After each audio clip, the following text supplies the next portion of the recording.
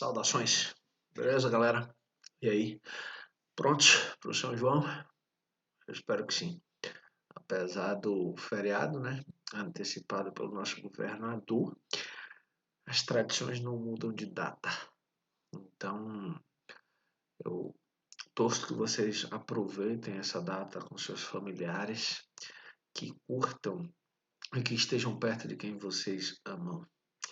Eu vou trazer aqui a segunda parte do conteúdo anterior, ou seja, a parte 2 do conteúdo de Aristóteles, mas será uma aula breve, já que a gente já fez uma parte lá no vídeo anterior.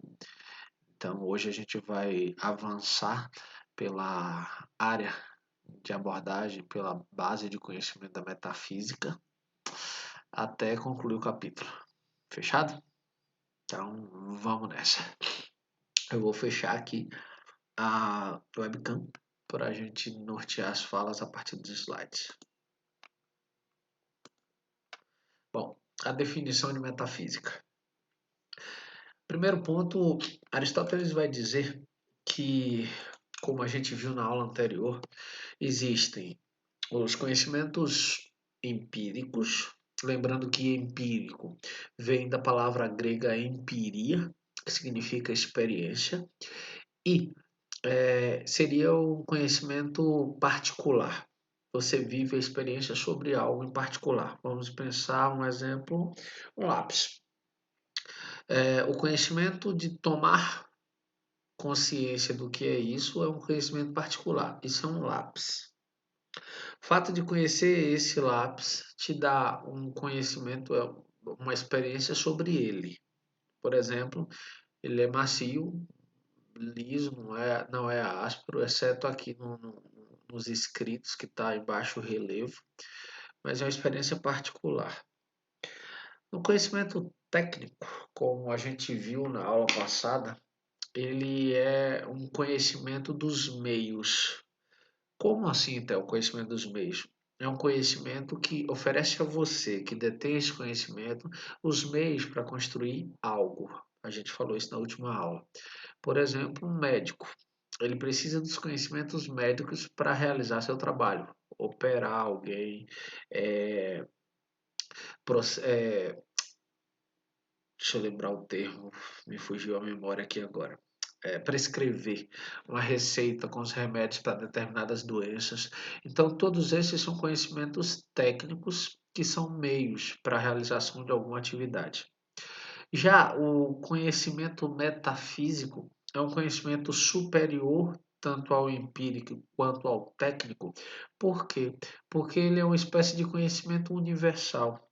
É como se você detivesse um conhecimento sobre a teoria geral daquilo.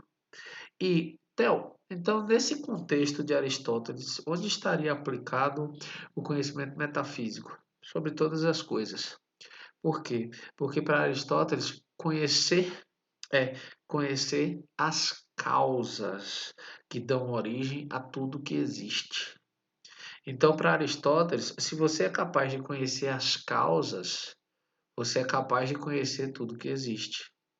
E aí ele vai categorizar essas causas em 4. São elas as causas: a causa material, ou seja, a matéria-prima do que é feito qualquer coisa, a matéria-prima de algo. Eu vou usar exemplos depois e vocês conseguem amarrar melhor essa compreensão. A causa material, como eu disse antes, é a matéria-prima do que as coisas são feitas. A causa formal é a forma que essa matéria-prima adquire. A causa eficiente é quem é responsável por pegar essa matéria-prima e dar forma para ela. Então, essa seria a causa eficiente. E a causa final é o objetivo. Com que finalidade aquilo foi feito? Então, para tornar mais simples o entendimento, eu vou abordar uma árvore, por exemplo, e uma mesa. A causa material de uma mesa vamos pensar numa mesa de madeira, é a madeira. Então, a madeira é a causa material da, do objeto. A causa formal do objeto, vamos pensar numa mesa convencional, uma mesa de 4 lugares, uma mesa pequena de 4 lugares. 4 pés normais, certinho ali que cabe uma mesinha pequena. Deixa eu fechar isso aqui. Então, a forma dessa mesa, uma mesa convencional, 4 lugares. Quem deu a forma para essa mesa? Normalmente o marceneiro. Então, o marceneiro seria a causa eficiente. E qual o objetivo de uma mesa? Vá lá, estudar, sentar-se à volta para alimentar, em volta para se alimentar. Então, são as 4 causas de Aristóteles. Se você conhece todas essas 4 causas, você naturalmente detém um conhecimento sobre aquilo, um conhecimento profundo sobre aquilo que você está buscando. Lembrando, ou melhor, relembrando, a causa material é a matéria-prima do que as coisas são formadas. A causa formal é a forma que essa coisa vai ter, que essa matéria-prima vai ter depois de ser trabalhada. A causa eficiente é a pessoa responsável pelo trabalho. E a causa final é com que objetivo isso foi feito, qual a finalidade. Para Aristóteles, se você detivesse esses conhecimentos sobre as causas que deram origem às coisas, você teria um conhecimento sobre as coisas, um conhecimento profundo sobre as coisas. Tá tranquilo até aqui? Deixa eu só lembrar o próximo tópico para a gente avançar. E aí, para Aristóteles, a metafísica ela é responsável por estudar além, como o próprio nome já diz, além da física, além dessa realidade física, dessa realidade sensível. Então, ela vai buscar o estudo do ser, o ser enquanto essência, o ser enquanto substância, mas não a substância pensada por Platão. Eu peguei esse vírus no computador e aí fica um porre, toda hora o antivírus sinalizando e não resolve. Procurar meios para desinstalar isso. Bom, então, para Platão, qual era a essência das coisas? Qual era a substância das coisas? Para Platão, essas substâncias elas estavam no mundo das ideias. Eram as chamadas ideias perfeitas de tudo que existia. Lembrando que Platão dividia a realidade em duas: mundo sensível ou mundo da matéria, querem dizer a mesma coisa, ou mundo inteligível e mundo das ideias, também querem dizer a mesma coisa. Então ele separava essas duas de forma hierarquizada. O mundo das ideias está em cima, o mundo da matéria está embaixo. Para Platão, a ideia de substância estava no mundo superior das ideias, era a própria ideia de substância, a própria ideia de essência. Aristóteles não. Aristóteles vai dizer que tudo que existe na realidade, tudo que compõe tudo que existe, é feito de matéria e forma. Matéria e forma. Matéria, como eu já disse antes, meu Deus, que chatice isso aqui.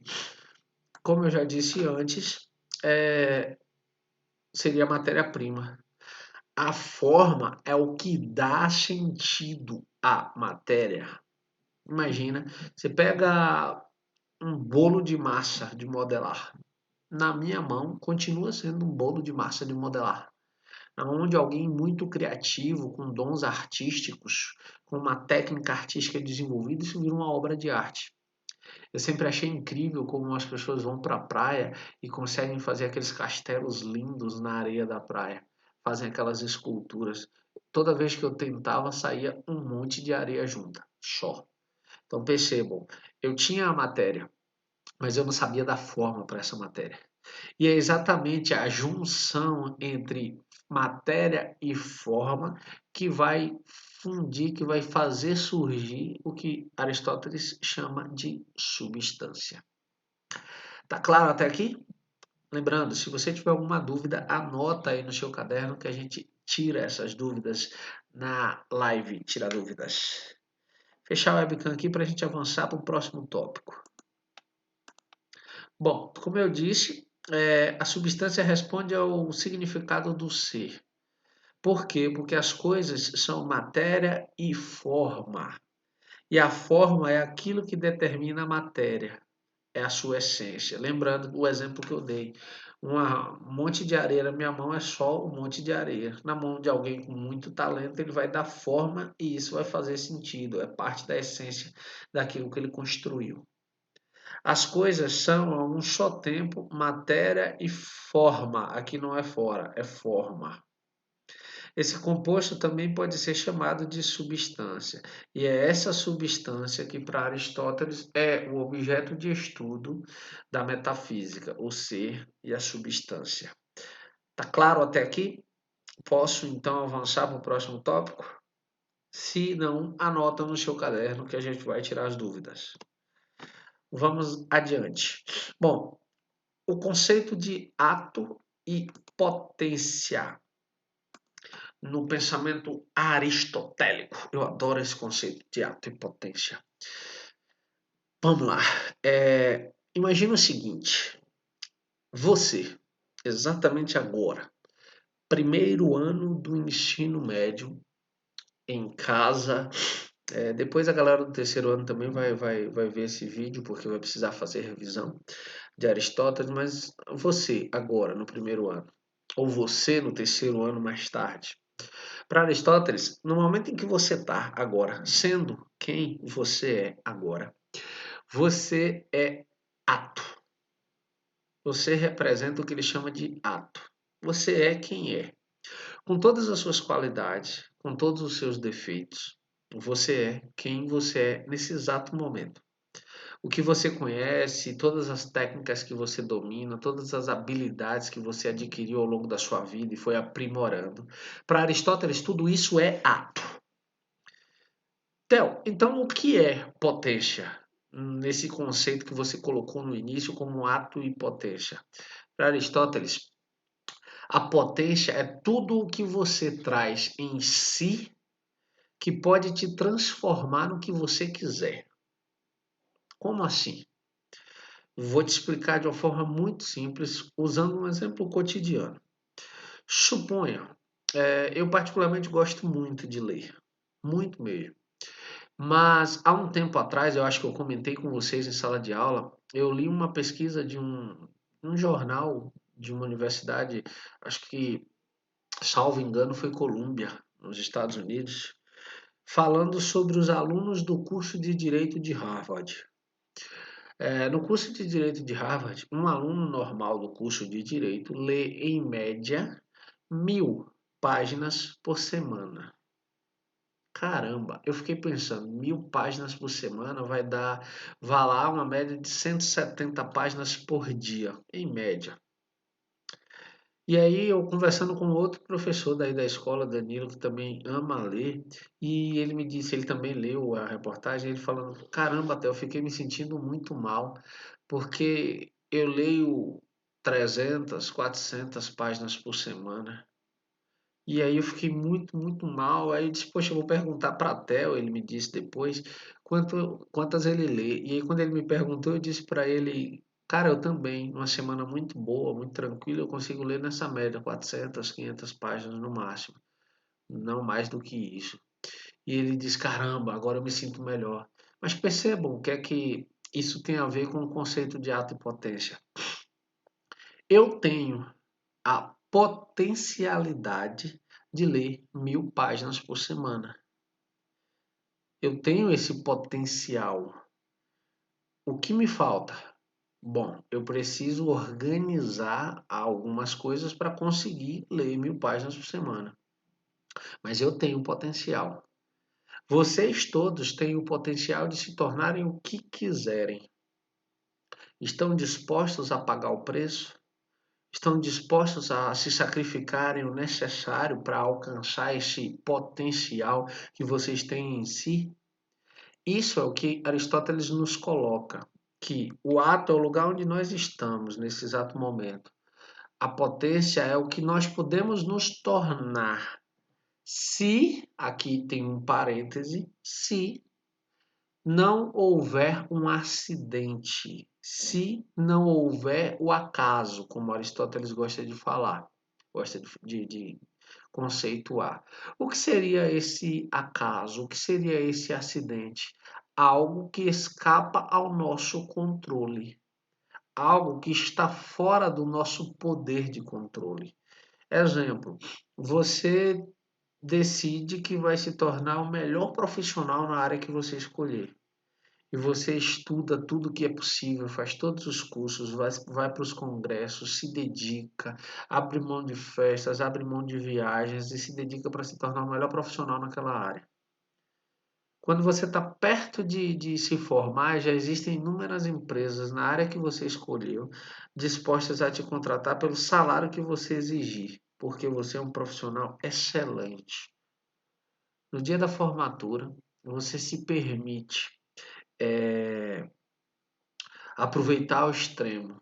Mas aí no retorno para casa ocorre um problema e você acaba sofrendo um acidente qualquer que vai te tirar do mercado de trabalho por uns 5 anos.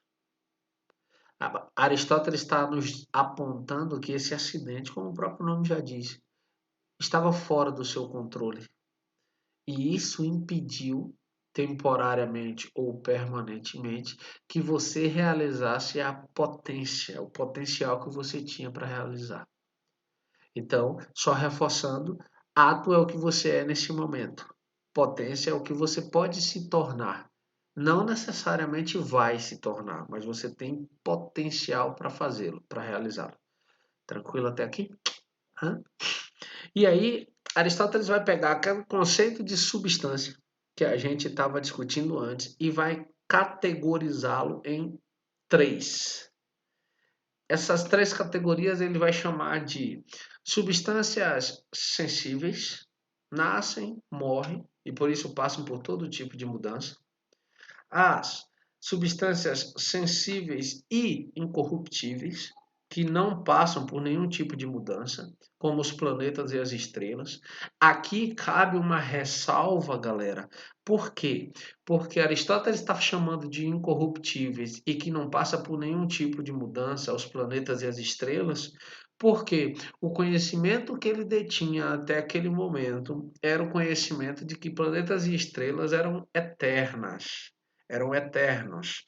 Logo, é, Aristóteles era, por exemplo, um dos defensores do geocentrismo, da Terra como centro do universo. Então, esse conhecimento está aplicado à teoria dele, mas dentro do nosso conhecimento hoje, a gente já ampliou nesse sentido. E a substância suprassensível, ou seja, a substância que é superior a essas outras substâncias. Quem seria essa substância? Deus. Por quê? Porque Aristóteles vai dizer que esse Deus é o primeiro motor. O primeiro motor que colocou, que estava fora e que viu tudo começar a se movimentar. O que é interessante é que ele vai dizer que esse primeiro motor, que é o Deus, o conceito de Deus em Aristóteles, é um motor imóvel. Por que um motor imóvel? Porque se não fosse um motor imóvel, sabe quando a gente fica perguntando é, quando de onde a gente veio? E aí a gente fica tentando reduzir ao infinito, tentando encontrar uma resposta. Esse motor precisa estar parado para Aristóteles, porque senão a gente precisaria dizer, sim, quem criou Deus? Ah, foi, sei lá, uma força maior, mas quem criou essa força maior? Ah, foi uma explosão cósmica, mas quem criou essa explosão cósmica? Então, para evitar essa regressão ao infinito, a ideia de Deus como um motor imóvel, e aí ele não foi o criador de tudo que existe. Ele funciona como o Deus em Platão, o demiurgo. Ele não criou tudo que existe. Ele organizou tudo que existe. Esse seria o pensamento perfeito para entender essa ideia de Deus em Aristóteles. Ele não criou tudo que existe, ele organizou. E como ele organizou tudo que existe, ele se tornou uma espécie de centro que vai atrair as coisas. Então, mesmo as coisas que ele não criou, que não se movimentam pela vontade dele, são atraídas para ele. Então, ele é um Deus próximo da ideia de Deus de Platão, um Deus que organiza e não que cria as coisas. Tranquilo? Então, vamos adiante. Bom, vocês já pararam para se perguntar o que é felicidade? Hum? A gente vive dizendo que nosso maior sonho, nosso maior desejo talvez fosse sermos felizes. Experimenta perguntar para as pessoas quando elas disserem isso, o que é felicidade? Quase sempre, quando eu pergunto, e eu gosto de fazer isso de vez em quando, principalmente quando eu estou em aqueles almoços de família, jantares de família, festas com família, que alguém diz, eu só quero ser feliz. E eu sempre digo, o que é felicidade? Aí alguém reclama, vem Theo, com essas conversas de filósofos. Não, mas de fato, o que é felicidade? Porque Aristóteles vai nos provocar isso. Primeiro, Aristóteles vai abordar o conceito de felicidade quando ele está discutindo a ideia de ética. Lembre-se o seguinte: para Aristóteles, ética é a busca individual por felicidade. Já para ele, política é a busca coletiva, ou seja, uma busca por uma felicidade comum, uma felicidade de todos, uma felicidade geral. Pronto. Explicado isso, Aristóteles vai trabalhar em suas obras conceitos que vão reforçar essa ideia de felicidade como busca individual, como uma busca que cada um constrói sua própria ideia de felicidade. Só que ele diz o que felicidade não é. Ele diz, por exemplo, que riqueza, que honra, não são modelos de felicidade. Por que não são modelos de felicidade? Porque estão fora de nós. Para que você seja uma pessoa honrada, alguém precisa te acreditar honra, dar a ideia de honra para você. Então é externo a você. Então, Aristóteles acredita que a felicidade ela precisa vir de dentro para fora e não de fora para dentro. Eu vou fechar o webcam aqui para a gente pegar os tópicos e eu vou explicando um a um. Bom, a felicidade foi um tema investigado por Aristóteles. Ele escreveu 3 obras, em que a Grande Ética, Eudemo e Ética. Eudemo vem de felicidade, o termo grego eudaimonia, que significa felicidade. E Ética Nicômaco, que é uma espécie de manual de conduta que ele escreveu para o filho, Nicômaco. Para Aristóteles, ética e filosofia política fazem parte das ciências práticas. Lembra? Ciências teóricas, ciências práticas e ciências poéticas, que nós vimos lá na aula anterior. Por que a ética e a filosofia política fazem parte para Aristóteles da chamada ciências práticas? Porque são conhecimentos que nos permitem viver melhor na sociedade, estabelecer relações sociais mais tranquilas, mais fluidas. Para Aristóteles, está equivocado quem acredita que o prazer, a honra ou a acumulação de riquezas sejam o bem almejado pelos indivíduos. As pessoas até desejam prazer, desejam honra ou riquezas, mas isso não é sinal de felicidade. Por quê? Porque o prazer é externo a você. Você sente prazer a partir de alguma coisa. Seja viajando para um lugar que você goste, seja comendo um prato que você aprecie. Então é um prazer que vem de fora. A honra, como eu disse antes, ela também é externa a você. Por quê? Porque ela depende do reconhecimento da sociedade para que você seja considerado honrado, para que você seja considerado prestigiado. Bem como o que é riqueza? Se a gente pensar a riqueza como acesso aos bens materiais, é, assim as pessoas mais ricas do mundo seriam, sem sombra de dúvida, as pessoas mais felizes do mundo.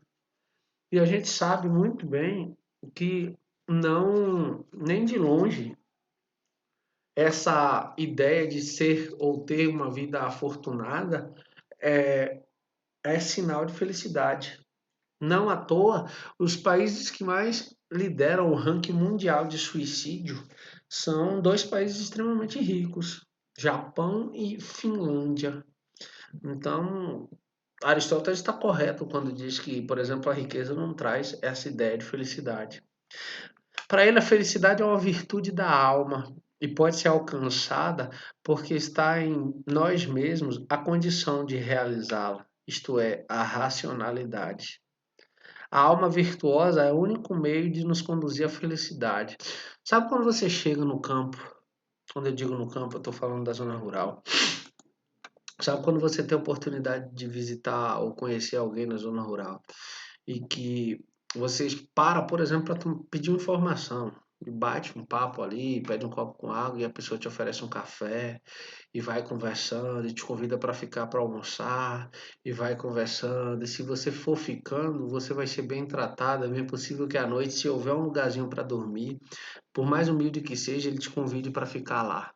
E vocês vão conversando e passam um tempo ali como se já se conhecessem há alguns muitos anos. Essas pessoas, em toda essa simplicidade e com a generosidade à flor da pele, representam uma ideia de felicidade que não depende de prazer, não depende de honra, não depende de riqueza. Depende de saber o que importa para elas, mesmo faltando o que a gente consideraria, desculpa, necessário. Para eles não. Eles têm consciência de que falta aquilo, mas aquela falta não os deixa mais tristes. Pelo contrário, eles valorizam um pouco o que têm. Para Aristóteles, se você entende que a vida ela pode ser equilibrada, que ela não precisa ter nem muito de tudo, nem pouco de qualquer coisa, mas ela precisa encontrar um meio termo. Você não pode se dedicar à completa solidão, mas também não pode se dedicar ao completo relacionamento com todo mundo. Por quê? Porque aí você não teria tempo para relacionar-se consigo mesmo. A felicidade é uma construção para Aristóteles. Por quê? Porque ela necessita que você tenha tempo para você mesmo, que você encontre coisas que te deixam bem no óbvio, nas coisas simples, sabe? Ou melhor, sabe? Falei sabe? Acordar de manhã e sentar ali para ajudar a sua mãe a preparar o café, sair com seu pai e ajudá-lo a fazer qualquer coisa na rua, encontrar seu avô e passar um tempo com ele, porque tem consciência de que talvez daqui a 10 ou 15 anos ele talvez não esteja aqui. Ou você não esteja aqui, saiu, foi morar fora, foi estudar fora e volta sempre correndo nos intervalos entre semestres e não tem tanto tempo para ficar. Então, aproveita agora. São essas pequenas ações que nos dão a dimensão de que a felicidade pode ser algo maior. E aí, na medida em que a gente toma consciência disso, olha Aristóteles falando sobre uma alma virtuosa. Ele está exatamente dizendo o quê? Ele está exatamente dizendo que essa felicidade depende de nós. Essa felicidade está em nós. A gente só precisa entender, só precisa é, analisar e perceber como ela funciona. Tá claro até aqui? Lembrando, se tiver alguma dúvida, anota no seu caderno. A gente vai tirar na, na live. Beleza? Vamos ao próximo tópico. Próximo tópico: as ideias políticas de Aristóteles. Bom, a filosofia de Aristóteles está baseada na organização sociopolítica da Grécia, cujo modelo é a polis. Gente, vocês precisam lembrar que Aristóteles está em Atenas, no contexto em que Atenas é uma cidade democrática, uma cidade-estado democrática. Uma cidade em que os cidadãos eles têm total responsabilidade por o funcionamento da cidade. Então, todos eles... Parou, Sal? Todos eles têm responsabilidade sobre as coisas que são decididas em benefício da cidade. Só que como é que eu determino essa lógica do que Aristóteles está me dizendo? Primeiro, Aristóteles está falando de cidadãos. filhos homens de Atenas, ou seja, filhos de pai e mãe ateniense, do sexo masculino maior de 18 anos. Ele próprio, Aristóteles, não era um cidadão. Por quê? Porque Aristóteles nasceu em Estagira, na Macedônia. Então ele próprio não era um cidadão. Mas ele defendia as estruturas políticas na qual ele estava inserido, porque mesmo não sendo cidadão, ele era, de certa forma, um homem livre de posses, o que permitia a ele um tratamento melhor, por exemplo, do que o que recebiam os escravos. Então, Aristóteles, ele, ao invés de criticar, ele foi um homem de seu tempo, com a cabeça organizada a partir do seu tempo histórico. Então, ele reforça a ideia de que a cidadania precisa necessariamente estar na mão de homens, e de homens livres, não de mulheres, não de escravos. Então, ele reforça, ele ratifica, ele confirma a ideia de que o governo precisa estar em comunhão com as ideias dos homens que governam esse lugar. Tranquilo até aqui? E aí ele vai construir conceitos para debater esse ponto. Bom, como eu disse, deixa eu só amarrar isso aqui. Como eu disse, ele legitima essa realidade que exclui mulher e escravos. Para ele, o Estado, como ele sempre diz, tem uma frase clássica do Aristóteles que diz que o homem é um animal político. Quando ele diz o homem é um animal político, ele está dizendo que nós nascemos e fomos formados como parte de uma sociedade e que só sabemos viver dentro dessa sociedade, dentro dessa organização social. E aí ele ainda diz mais. Em sua obra, A Política, Aristóteles vai dizer que o ser humano, como animal político, ele depende do Estado. Por quê? Porque o Estado é maior que a família e é maior que a comunidade. Por quê? É maior que todas elas? Porque elas estão inseridas dentro do Estado. O conceito de família e o conceito de comunidade são partes menores do Estado. Tá claro? Então, vamos adiante. Bom, para isso, para pensar a organização política do Estado, Aristóteles pensou em três formas de governo, desculpe. Ele pensou no governo de um homem só, monarquia, governo de poucos homens, aristocracia, e o governo de uma maioria de homens, politeia.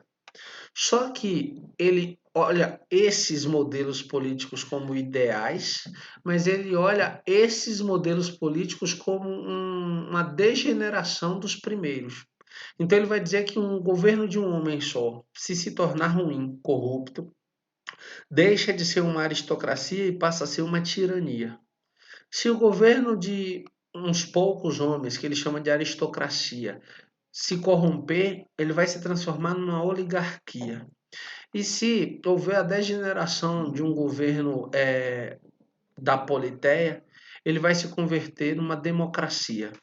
O que é interessante aqui é que Aristóteles não está pensando a democracia sob o ponto de vista da maioria, como a gente bem concebeu a ideia de democracia. Ele está pensando a democracia quando um governo privilegia um grupo, mesmo que esse grupo seja a maioria da população, e não se preocupe com o restante da população. Exemplo, dentro do próprio conceito de democracia em Aristóteles, se um governo passa a ter maiores preocupações com os pobres, que são a maior parte da população, e passa a negligenciar, passa a não cuidar de uma parte menor que seriam os ricos, esse governo, essa democracia é prejudicial para o Estado. E isso, sobre o ponto de vista de Aristóteles, por quê? Porque ele entende a ideia de política como a busca pela felicidade geral. Então precisa ser uma felicidade que contemple a todos e não apenas a um grupo, mesmo que esse grupo seja a maioria. Retomando, um bom governo é aquele que busca o bem geral, a felicidade de todos. Então, Aristóteles também vai pensar, vai questionar e vai debater sobre o ponto de vista dos sofistas. Aristóteles já não conviveu praticamente com os sofistas, mas viu e testemunhou as falas sobre o papel dos sofistas. Quando ele vai para a Academia de Platão, ainda havia, vai lá, alguns sofistas, mas ele necessariamente como teórico quase não participou de embates com os sofistas, mas viu, por exemplo, os filósofos da escola platônica participarem. E para ele, não bastava apenas discutir se os sofistas eram bons ou eram ruins. Para eles era preciso entrar no jogo dos próprios sofistas. Já que os sofistas defendiam, por exemplo, a relativização da verdade, Aristóteles defendia que um filósofo deveria entrar num debate público com os sofistas e ridicularizar esse sofista em público, dentro do próprio jogo dele, com as regras dele, para provar para a sociedade que os sofistas estavam equivocados. Dessa forma, para Aristóteles, os sofistas perderiam o seu espaço e o seu reconhecimento frente à sociedade. Tá claro? Deu para compreender tudo que a gente debateu aqui? Bom, se não, anota no seu caderno. A live tira dúvidas, a gente sana e amplia melhor esses conteúdos caso você tenha alguma dúvida. Eu acho que não. No mais, a gente se encontra em breve. Vai lá, assiste a aula hoje, amanhã, depois. Fica com sua família. Apesar de não ser feriado, curte o São João com sua família, viu? E a gente se encontra em breve. Fechado? Abração e tchau, tchau.